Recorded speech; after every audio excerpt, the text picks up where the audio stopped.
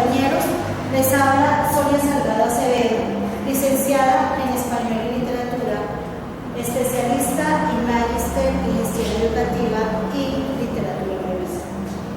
Hoy los queremos invitar a que tengan una sesión de modelo de nuestra clase de lectura crítica. ¿Qué buscamos acá, queridos compañeros?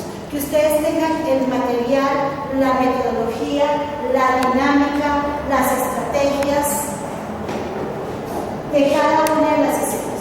Vamos por la primera sesión de lectura crítica. En esta primera sesión los invitamos a que presentemos las generalidades, todo lo relacionado con competencia, las dimensiones de lectura crítica, los niveles de lectura crítica, y no solamente en esta sesión, sino en todas las sesiones vamos a trabajar talleres. El taller, yo diría que es la actividad más importante porque es allí donde se aplican todos los conocimientos que estamos viendo. Es obligatorio desde esta primera sesión trabajar tipología textual. Dentro de esta tipología textual sabemos que la lectura crítica trabaja filosofía. A los muchachos se nos va a presentar el texto ensayo y vamos a elaborar pruebas. Dentro de las generalidades es importante que nuestro estudiante sepa que se va a enfrentar al 31 de julio, que diga voy a enfrentarme a 36 preguntas de lectura crítica más 2 preguntas abiertas. Que también sepa que le van a preguntar todo lo relacionado con la semántica. ¿Qué me dice el texto? Con el significado, con lo sintáctico, la organización del texto, con lo pragmático, cuál es la situación, la intención, el propósito y la finalidad. También es importante que el estudiante conozca la hoja de respuestas. Obviamente, nosotros dentro de nuestros simulacros hemos utilizado el mismo esquema de hojas de respuesta, pero ¿qué me interesa? Que el estudiante se fije el espacio que tiene para contestar la pregunta abierta. Queridos docentes, nosotros debemos saber qué competencia vamos a desarrollar en nuestros estudiantes, ya sea la identificación y comprensión de contenidos explícitos. Si un estudiante realiza bien esta operación cognitiva, le queda más fácil ingresar a comprender la articulación, las partes del texto y todo lo relacionado con el sentido global. Y por último, lo que le interesa es cómo se realiza la reflexión y la evaluación de los contenidos. Es aquí donde se invita al estudiante a que lea mentalmente la página 121. Le vamos a dar aproximadamente 5 minutos para que realice la lectura y la socialice. Después de los 5 minutos, es importante que el estudiante también realice la lectura de los niveles de lectura a los que se enfrenta. ¿Cuánto es literal? ¿Cuánto es inferencial y cuánto es crítico? Esto obviamente tiene que ver con los 3 niveles de competencias que acabamos de ver. Me interesa mucho, queridos compañeros, para nosotros es muy fácil decir que el estudiante se enfrenta a textos continuos, textos discontinuos, pero el estudiante no maneja muy bien esta terminología. Hay que explicarles cuándo un texto es continuo, cuándo es escrito, manejar códigos lingüísticos y cuándo es discontinuo. Para esto nos acercamos a la página 127, 128 de nuestro libro.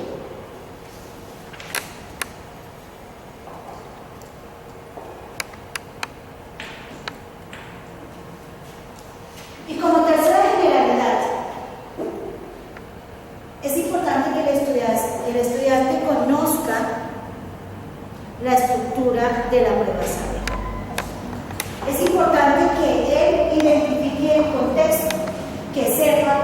contexto, ya lo habíamos dicho en la página 127, puede ser un mapa, un esquema, una infografía.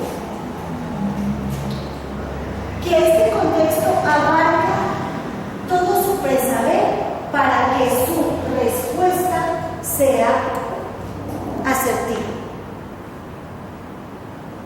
Hay que aclararles que la lectura crítica no solamente es para el área de español.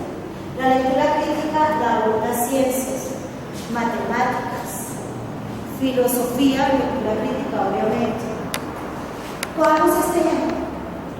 Nos damos cuenta que el estudiante tiene que leer un gráfico, tiene que leer signos, señales, símbolos, tiene que leer el contexto en su totalidad y hacer la relación para que dé la respuesta. Si él hace una relación semántica, pragmática y sintáctica de estos tres elementos, su respuesta es más fácil. Profesores, dentro de nuestras sesiones vamos a trabajar en cada uno de los talleres la aplicación de las dimensiones. Que no se nos olvide que la dimensión textual evidente es en el primer momento en que el estudiante realice la lectura, identifique eventos, actores, secuencias, que busque la relación de los textos. Es importante, profesores, que si tenemos párrafos, el estudiante identifique qué tipo de párrafo, si es un texto argumentativo, si este párrafo corresponde al introductorio, si los demás párrafos son argumentativos, si este es de conclusión. Pero aún más importante, en esta dimensión de reconocer cómo se relacionan las partes, me interesa mucho que el estudiante reconozca los conectores de cada parte. Los conectores nos dan el estilo y el tono del texto. Es aquí donde yo hago un llamado a que se les explique la función y las clases de conectores que tiene nuestro idioma. En la dimensión enunciativa, el estudiante se le invita a que identifique el discurso del autor, el discurso de los participantes, el discurso de quien habla en el texto. Con esto, si él identifica el discurso, muy fácilmente llega a la dimensión valorativa. Es aquí donde el IFE se evalúa la lectura crítica. Aclaro, la lectura crítica no se da ni en las tres dimensiones anteriores, sino en esta dimensión valorativa, cuando el estudiante reconoce la ideología que representa el texto, reconoce el punto de vista del autor, y para llegar a la última dimensión, y lo relaciona y hace una reflexión para llegar a la dimensión social. Es necesario que el docente haga uso de las dimensiones en cada uno de nuestros talleres. Fuera de esto, en esta parte, dentro de las características, hacemos la invitación a nuestros estudiantes que lean la página 165 de nuestro libro. Que socialicemos las preguntas que nos podemos hacer para realizar una muy buena comprensión. Es un instrumento de gramática. Pero fuera de esto, a mí me gusta trabajar a los estudiantes estrategias. Se pone un texto, el estudiante lo primero que debe hacer es leer el título. Sabemos que el título en un 99.9% nos da la temática. Que el estudiante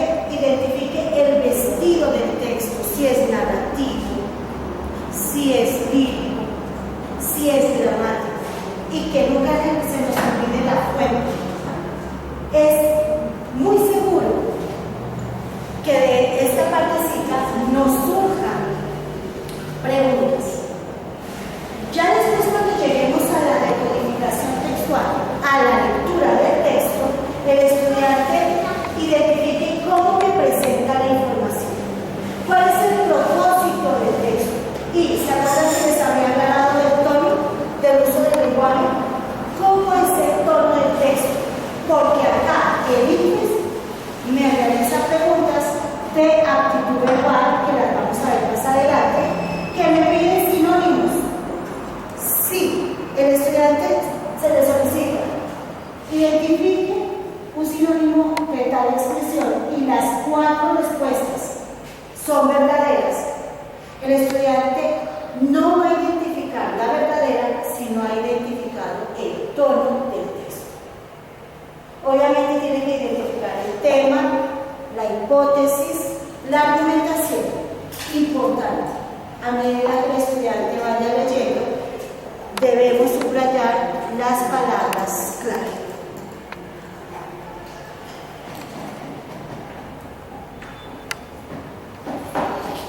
Después de esto, yo propongo que la clase sea dinámica y el estudiante realice el taller de la página 146. Allí nos da un ejemplo a analizar, donde el estudiante va a hallar el tema, el título, la idea principal, ideas secundarias. Los invitamos a que subrayen las palabras clave y que pasen al tablero y subrayen. Luego de esta parte, se le invita a los estudiantes a que realicen la lectura del texto de la página 147. La página 147 podemos ver que es un ejercicio de comprensión global. El estudiante debe identificar que no tiene título y que no tiene fuente. Eso quiere decir que hay preguntas con relación a estos dos elementos. Se invita al estudiante que lo lea y el docente debe, o se le invita, a que haga preguntas de la dimensión textual y video.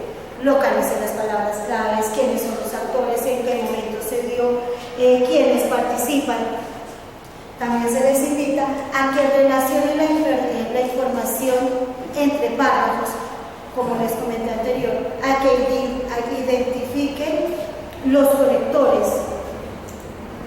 Importante, el docente acá debe invitar al estudiante a que identifique un juicio de valor. Miremos el tercer párrafo, dice: a veces, raras veces, alguna decisión del árbitro coincide. Si el estudiante ya identifica la intervención del autor dando un juicio de valor, estoy segura que ha llegado a la tercera dimensión, que es la dimensión discursiva. Ya después de que analicemos el texto bajo las dimensiones, compartiendo con los estudiantes preguntas con relación a las dimensiones, procedemos a desarrollar las preguntas. Analizamos los enunciados y preguntamos a los estudiantes cuál es la respuesta que ustedes escogieron y por qué. Aquí es donde está el verdadero aprendizaje, porque cuando un estudiante da su argumentación y otro estudiante da su contraargumentación frente a esta, el docente es cuando hace la intervención y dice: la respuesta correcta es esta, por esto y por esto. Hay verdadero aprendizaje, querido compañero, cuando usted convence al estudiante de que es la respuesta pertinente. Como les comentaba, en esta sesión vamos a ver todo lo relacionado con tipología textual. Entonces, invitamos a los estudiantes a que lean la página 124 del texto. Allí encontramos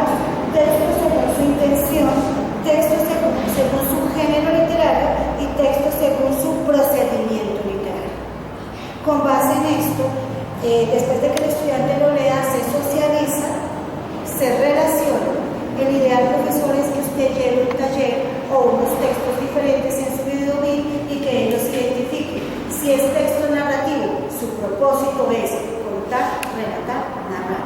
Que tengo un texto lírico, su propósito es expresar. Texto épico, su propósito es narrar, relatar, contar y expresar. Y hay que aclararle que según el género literario y las características debe tener una estructura especial. Eso hace parte de esta sesión. Yo les quiero recordar que como lectura crítica está unida a filosofía, es 100% que manejemos el ensayo.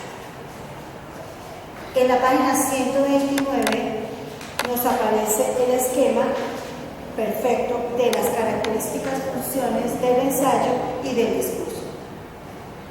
Hay que aclararles que ensayo, discurso, reseña tiene la intención comunicativa de convencer o persuadir. Frente a esto, ya después de que el estudiante lo lea, lo analice, lo socialice, lo comprenda, se invita a los estudiantes a que vayan a la página 173 de nuestro texto y desarrollen el taller de Solo es verdad que nada es verdad. A partir de aquí, mis queridos docentes, si se ubica esta primera parte de nada es verdad, se invita a los estudiantes a ver todo lo relacionado con la paradoja, con las figuras literarias. Estas figuras literarias y paradojas las encontramos en la página 137, 138 de nuestro libro.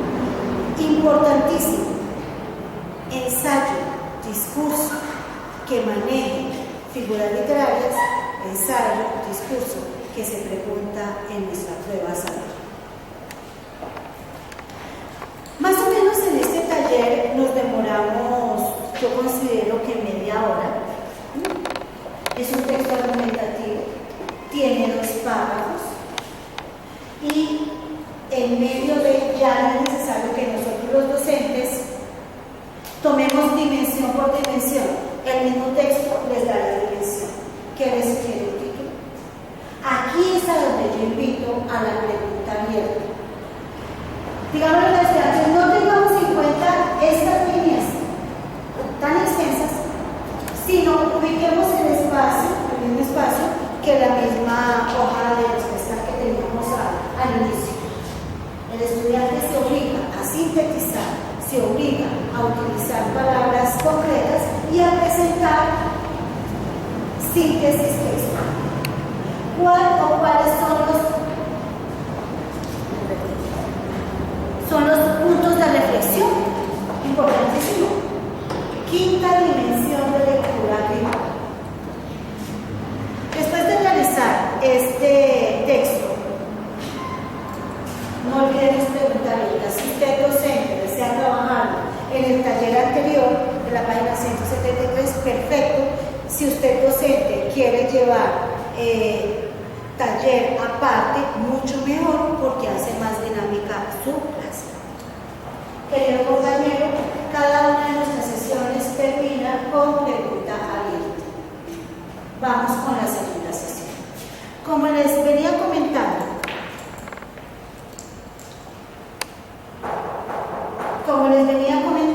esta sesión tal vez ustedes la van a ver más reducida. Sin embargo, a pesar de que tenga puntos cortos, entre comillas, es mucho más extensa. ¿Por qué? Porque vamos a ver talleres, vamos a ver ya pruebas a ver y vamos a hacer ya un simulado. Entonces, como ya en la primera sesión utilizamos todo el espacio para dar grandes conceptos, grandes conocimientos, para relacionar, para identificar las palabras claves y, en fin, aquellas estrategias, esta sesión es, yo diría que segunda y tercera son las más importantes porque aplicamos estrategias. Relaciones semánticas. Es importante que el estudiante identifique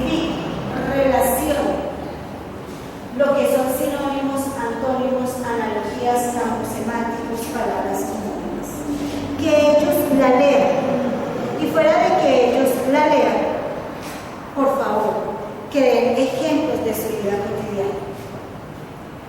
Yo generalmente llevo un taller de aptitud verbal. Este taller de aptitud verbal inicia con la analogía.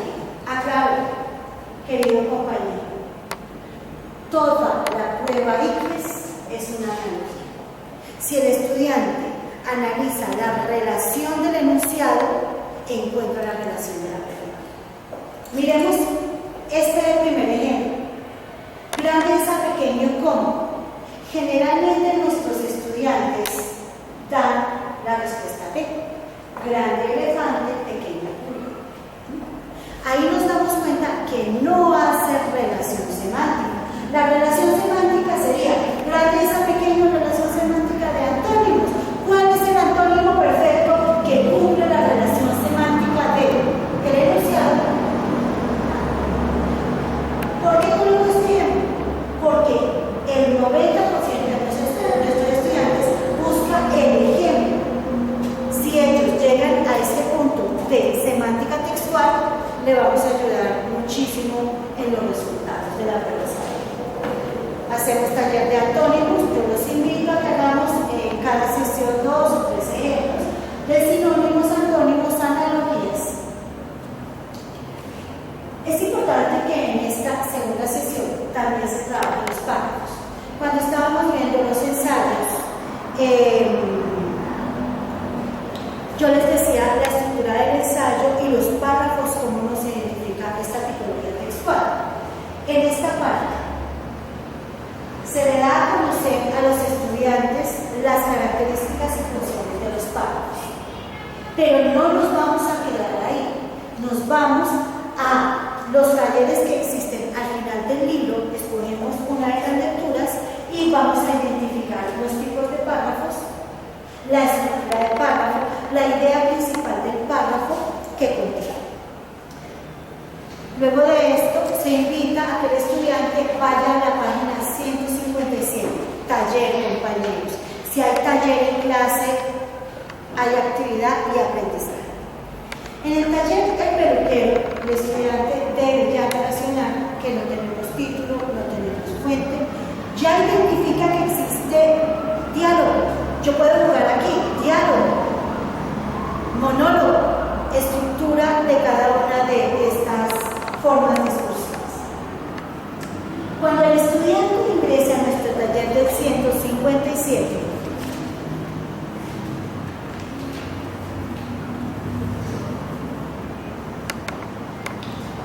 se le invita a que haga una lectura literal, inferencial y crítica. A ustedes docentes, la 36, el obsequio del peluquero representó para sus vecinos. Se le pregunta al estudiante cuál es su respuesta, pero no nos quedamos ahí, profesor. Se les dice por qué la respuesta y me la identifica en el texto.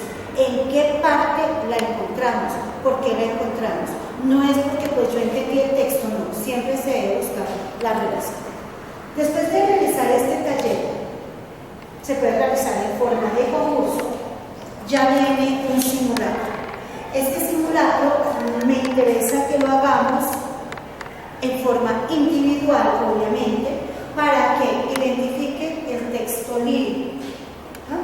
Ya después de que ellos desarrollen el simulacro, más o menos se les da con tiempo. Es aquí en este simulacro que yo invito al docente que utilice tiempo. 10 minutos para la lectura y para desarrollar las preguntas de la página 161. Miremos la página 54. La página 54 me dice: la afirmación soy modesto me habla de símil, metáfora, alegoría y prosopopeya. Aquí ya invito al estudiante a que se acerque al libro a ver las figuras literarias. No que se quede en la lectura nomás. Figuras literarias que va a identificar en el poema, que va a relacionar. Y por último, se hace el simulacro de la página 180 y 181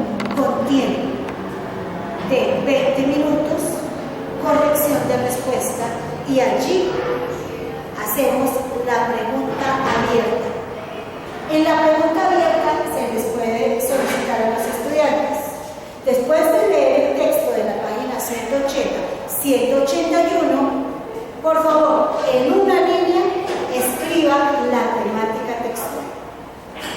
Y querido compañero, vamos llegando a nuestra tercera sesión. Sesión que ya es aplicación de todo lo que hemos visto. Hay taller grupal, debe haber mucha actividad, hay taller de análisis de texto discontinuo y hay simulacro y corrección.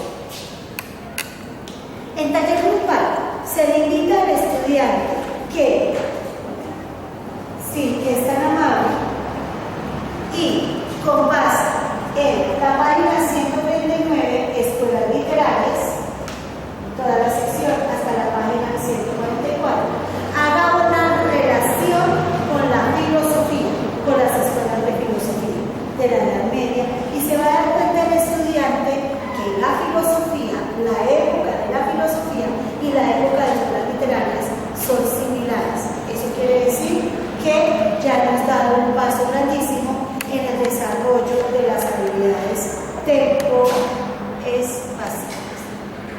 Después del 4, se invita al estudiante a que haga el análisis del texto discontinuo de la página 132.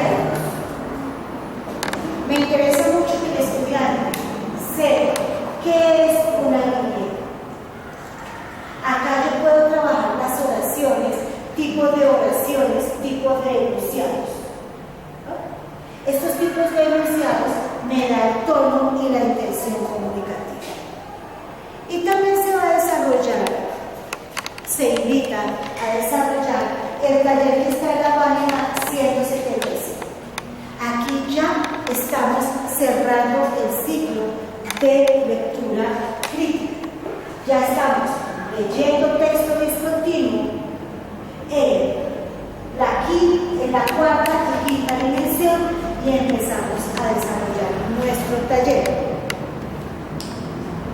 Ya con suposiciones entre comillas, compare las expresiones de los dos personajes de la caricatura, qué expresa cada uno de ellos y qué elementos gráficos contribuyen a especificar un punto de vista del estudiante que se tiene que relacionar con el punto de vista del autor. Y esto es importantísimo. ¿Qué pasaría con la caricatura si Quino cambiara la notación química por lenguaje materno? Ya hay una relación semántica, valorativa que requerimos trabajar. Con esto se termina y se hace simulacros. Se invita a los estudiantes que hagan simulacros de la página 177, 178 y 179. Queridos compañeros, de esta manera hemos abordado toda la temática del libro, todos los talleres, hemos abordado estrategias. Sin embargo, yo invito para que no nos queden las páginas 149, 150 y 151 para que el estudiante la realice en casa y en la siguiente sesión se desarrolle y se socialice. En la segunda sesión se invita a que se desarrollen las páginas 153, 54 y en la última sesión 156, 159, 160. Otra vez invitamos a que ellos desarrollen la pregunta abierta. Es importante aclarar que dentro de nuestro marco de la creación del libro, nosotros abordamos la ortografía.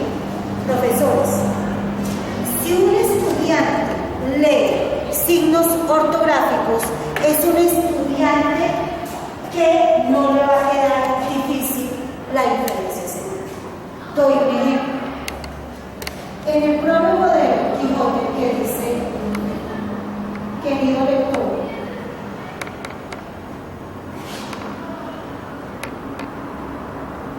quisiera presentar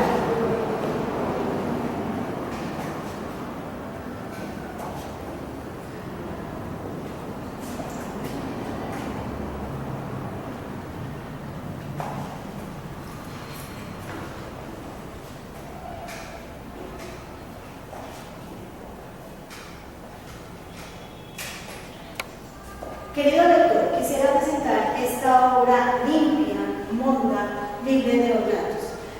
La pregunta IFES viene, la expresión monda, ¿por qué se puede reemplazar?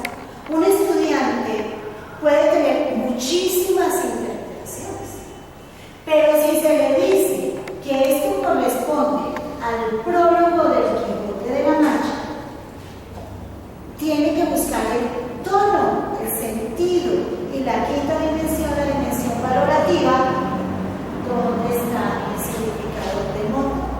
Si él ve signos de puntuación y sabe que limpia, que obviamente es un significado que va a manejar, ¿verdad? Y libre es otro significado que va a manejar, sabe que esta expresión puede ser desnuda, una obra sin arandela, sin uso de expresiones básicas. Entonces hemos visto la práctica semántica, sintáctica